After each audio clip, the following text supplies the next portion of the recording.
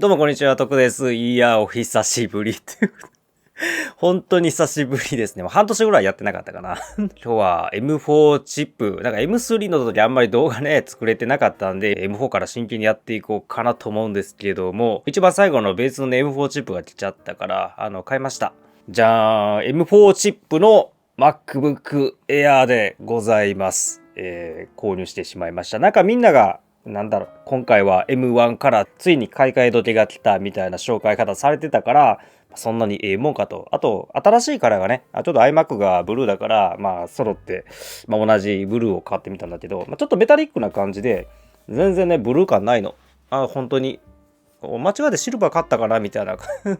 思っちゃうぐらいの、感じで、これが逆にすごくね、シックな感じでいいですよね。なんかカラーリングすごい好きですけどね。せっかくなんでちょっとブルー買ってみましたけども、いろいろちょっと触ってみて、テストも兼ねてね、いろんなアプリ走らせてみたりとかして、ちょっと快適度をね、検証してみたんで、今日動画まとめたいと思います。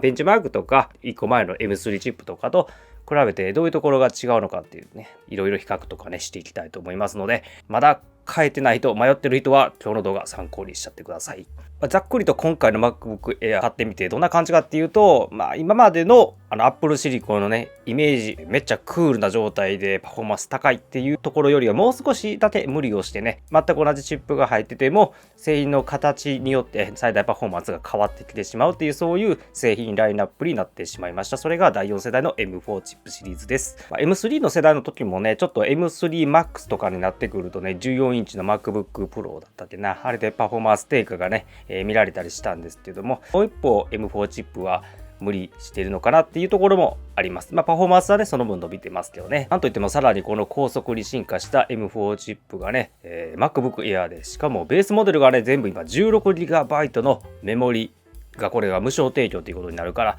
円安やからちょっとね、あんま実感できひんけども、ほんまやったらめちゃくちゃね、アメリカとかではめっちゃ安いんでしょうね。999ドルですからね。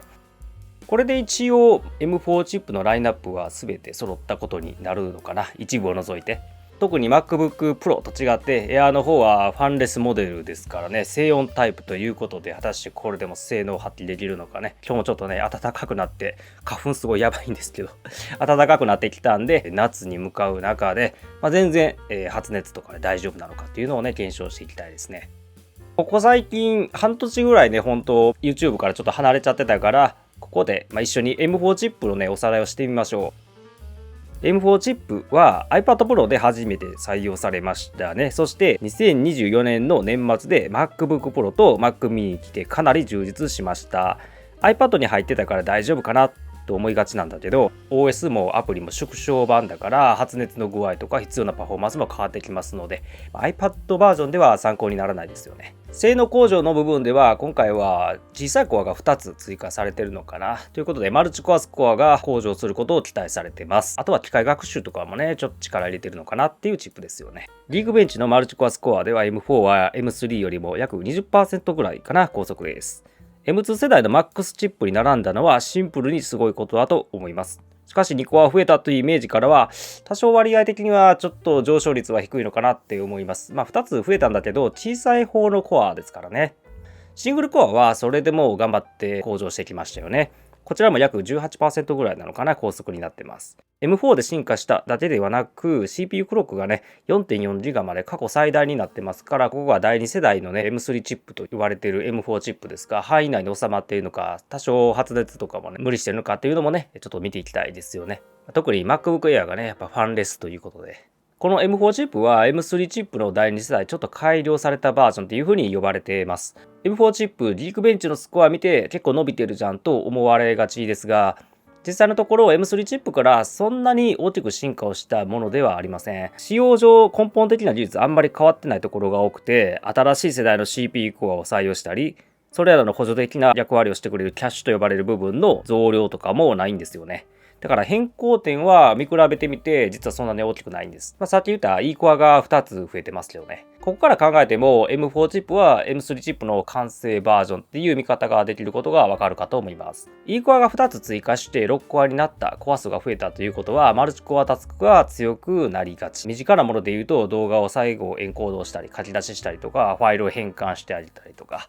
そういう全体の CPU を今回10コアかな。10個を同時に最大限まで活用するときに、その作業が終わるまでの時間を短縮することができます。その他はマルチタスクと呼ばれるものもありますけれども、正直そこまでのマルチなタスクを M4 チップ、MacBook Air でやるのかなっていうところもあるので、そこはそんなに気にしなくてもいいのかなと思ったりします。コア数が増えると、強烈にパフォーマンスをそのままね、最大性能を上げることができるんですが、デメリットとしてはコアが増えた分、作業量が増えた分、発熱量が増えてしまいます。ギークベンチでスコア上がってますけども、その分発熱が増えてるんじゃないかなっていう懸念があるっていうことですね。機械学習を処理してくれるアクセレーターは各コアにくっついてるんですが、M4 では小さいコアが6個に増えてるから単純にその数も増えてますよね。しかしこういった AI とか機械学習のそのあたりの処理を気にする必要はないのかなと思います。なぜなら Apple Intelligence もまだまだですからね。Windows の方も Copilot Plus とかいっぱい出してきてますけどね。NPU って呼ばれるものを増強していますけれども、まだまだぶっちゃけガチで AI する人っていうのはグラボ必要だよねっていう感じだね。グラボと NPU とかね、処理性能の差が圧倒的にありますからね。あとはゲームとかでよく紹介されているレイトレーシング。このレイトレ技術も最近、強くね、プレゼンテーションされてますけれども、正直なところゲームでレイトレする人っていうのはほとんどグラボで使うよねっていう感じです。インフレでハードウェアめっちゃね、特にPC 関連高くなってますから、効率よくね、安いパソコンでもめっちゃ早くできたりするのが AI とかですから、この辺りに投資をしたいなっていう感じでしょう。正直レイトレーシングとか、そういった機能いろいろ出てますけれども、今のところはぶっちゃけ、NVIDIA 中心に見てたらいいのかなっていう感じなんで、ゲーミング PC とかね、組む人は気にするでしょうけども、特に Mac とかは正直ハード的にあんまり気にしなくてもいいのかなっていう段階ではあります。いろいろベンチマークを測定していきましたので、結果を見ていきたいと思います。シネベンチはギークベンチよりも少し長めの時間の測定ですので、信頼性が高くなります。マルチコアのスコアはおよそ 17% 向上しています。一世代間の進化としてはなかなかの進化というところでしょうか。しかしコア数が増えたことを考えると、やっぱり少し物足りなさがここでも見えてきます。それぞれ 17W と 16.2W で稼働しています。何周もこのテストを繰り返すことで発熱による性能低下を確認できます。それぞれ M3 は 9.5W、M4 は 8.9W まで低下します。MacBook Air はファンレスモデルですので、その分発熱によりブレーキングシステムが比較的早く作動します。しかしサーマルスロットリングが起きた状態でも M4 チップが勝利します。これらの結果から MacBook Air において CPU はどの状況においても M3 チップを上回ると結論付けられるでしょう。しかし長期的なテストでやはり性能が低下しますので Mac mini を買う方が安定しやすいと思います。このテストを長期的に続けていると同じチップが入ってても MacBook Pro に比べても 30% の性能が低い結果が出てしまいます。終了時間が遅くなると想定できるものなんで、M4 チップのフルパフォーマンス使いたいならやっぱりファン付きモデルが必須かなと思います。それでも 30% 性能低下のためにファンが欲しいから上位の MacBook Pro を買うっていうのは値段見てほしいんですけど、ちょっとファン買うにはもったいないよね。なんか扇風機当てといた方がいいよね。なんで冷却性能でちょっと気になるんだったらやっぱり MacBook Air かもう Mac mini に行っちゃうかのどっちかで迷うかなっていう感じ。正直ここまで何分か10分間とかね、にわたって長期的に CPU を 100% 走らせた時にこの現象が起きますので、そうでない人、一般的なタスクの場合は気にしなくてもいいと思います。シングルコアを使った簡単な作業のレスポンス反応速度っていうのは確実に速くなりますからね。ただ動画の書き出しとかでやっぱり変換作業とかね行ってる時に、待ち時間っていうのはやっぱり Mac mini に比べて、少し遅くなったりとか、やっぱりあと MacBook Air なんであんまり発熱ね、させたくないなっていう人はちょっと嫌ですよね。ぶっちゃけ省電力モード使ったらいいんだけどね。この発熱によって最大性能が抑えられる現象、ちょっと嫌だなと思うかもしれないんですけども、正直インテルも AMD もね同じなんで気にしなくてもいいのかな。むしろライバルのチップの方がもともと発熱量多かったし、ノート用にわざと発熱しないように小さいチップを採用してますからね。逆に言うと元から性能されたバージョンで来てますから、どっちかというと今までの M1 チップとかがおかしかった。今回が普通。それでも Mac は同じ名前のチップが入ってるからね、同じ性能が出るんじゃないかっていう先入観がありますからね。今後は M4 チップは普通のノートパソコンという感覚で買ってあげてください。続いては GPU のパフォーマンスを見ていきます。基本性能を見れる 3DMark Steel Nomad Lite を使ってみました。3DMark Steel Nomad のスコアは 11% くらいかな上昇するんですが、 GPU は CPU ほどの上昇ではありませんね。市販のグラボとかで1段階のグラボ値段が高いやつ買うと、だいたい最低でも 15% 性能向上ねしてほしいかなっていう感じなんで、ちょっと微妙なアップグレードかなっていう感じがこの数値から見れます。しかし最終的には MacBook Air では性能低下が激しく、 M3 と同様に 30% 以上パフォーマンスが下がりました。どちらかというと M4 の方が低下率は大きそうです。 M4 は 34%、M3 は 31% ほど下がりました。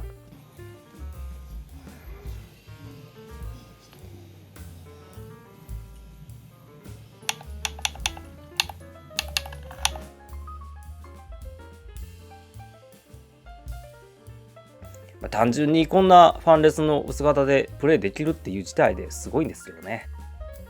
性能は伸びていると言いたいところですけども、ゲームのプレイ中はこの GPU はタイトルが重いものだったら常にね性能を発揮し続けなければいけませんので、持続的なフレームを見てみたいですよね。そうすると結構 M4 チップ厳しくて、初めは高いフレーム出るんだけども、最終的にはちょっと GPU のね性能維持が必要な重いタイトルに関しては、M3 と変わらないぐらいまで落ちてしまうので、ちょっと残念なところもあるけども、ここはやっぱりゲームプレイしたいんだったら Mac mini 買いたいよね。総合的にやっぱり MacBook Air に入っちゃうと M4 チップはプレゼンで見たようなスコアから比べるとそこまで大したことはないのかなっていうところまで落ちてしまいます。M4 チップは第2世代の3ナノメートルプロセスということで、効率よくね性能上がってるっていう側面もあるんですけども、ちょっとプレゼンで、頑張らないといけない側面もあるので、多少無理をしたところもあるのかなっていうのが発熱の原因になってきてしまってます。発熱具合ちょっと調べてみたんで見てみてください。ずっとシネベンチとかね回してみて温度測定してみたんですけど、やっぱ歴代の MacBook Air の中でも結構やっぱ発熱しちゃうんじゃないかなと思います。ちなみに1度2度とかやったらあまり気にしない程度なんですが、このぐらいの差はパソコンの業界では結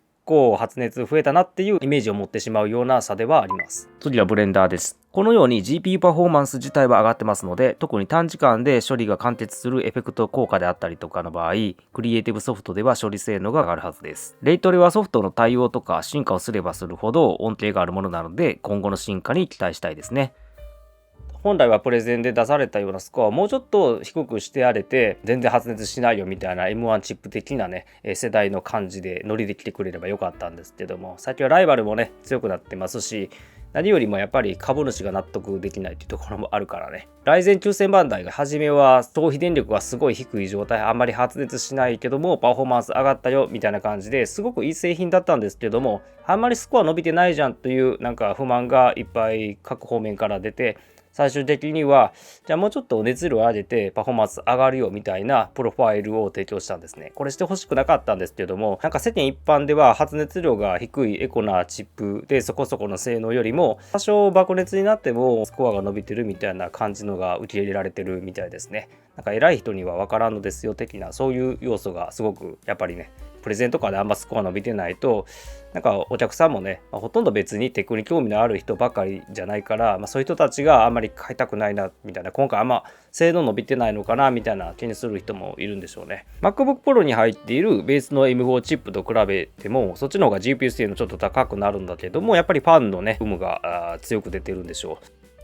あとコア数がね、ビンドバージョンと呼ばれるちょっと少ないバージョンになってますから、ただこの2個は追加で15,000円ってなると、正直いらないよね。ここでも発熱してるっていうのが出てるから、もうできればコア数少ない方がいいよねそれでも M3 チップに比べて GPU の最大性能上がってるわけですから、ずっと使い続けるゲームのようなものは置いといて、各アプリケーションの作業で使うエフェクトの時だけにGPU 動くとかねなると、熱い状態とクールな状態、動いてる状態とそうでない状態が GPU は続くので、こういった使い方、クリエイティブ作業の局所的なね、使い方であれば GPU 性能が上がった分快適度はかなり増すんじゃないかなと思います。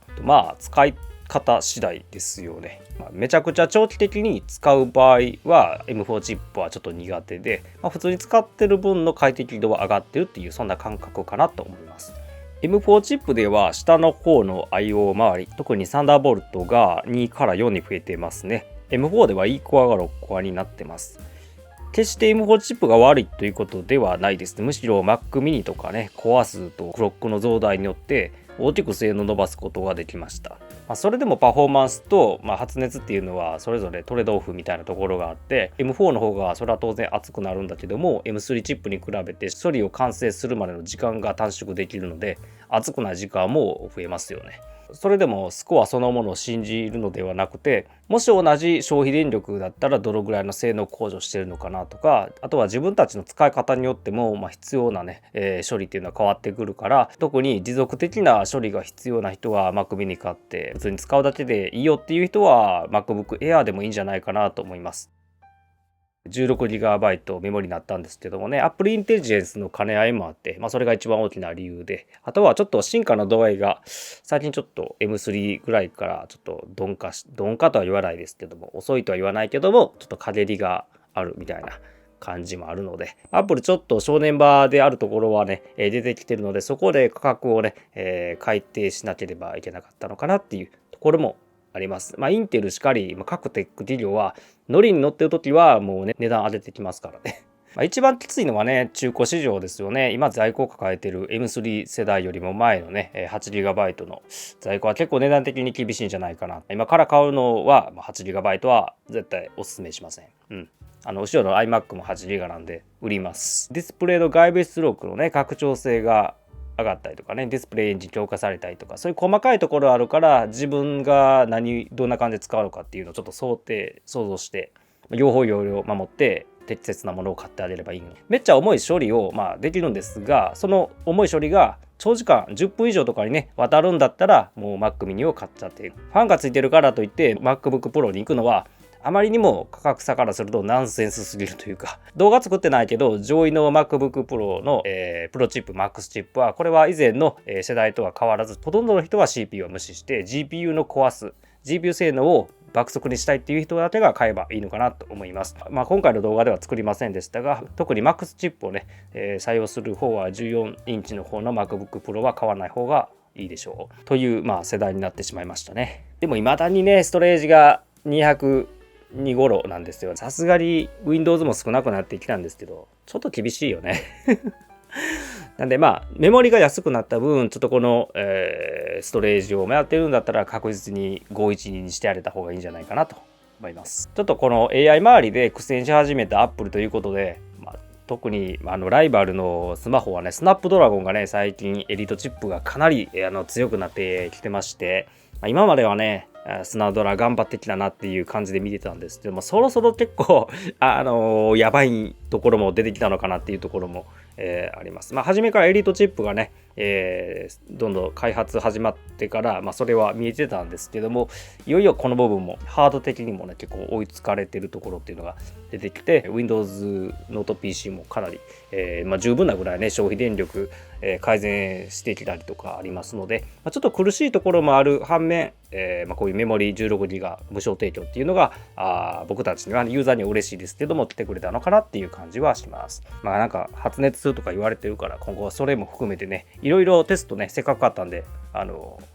動画いっぱい作っていきたいと思いますので、よければ参考に。なんかサブチャンネルの方もね、実はApple 信者専用チャンネルみたいなのあるんですけども、我こそは信者だっていう人はそっちもね、チェックしてみてください。ちょっと簡単に、動画更新していこうかなと思っています。本日はこんな感じでございます。好きなら買おう。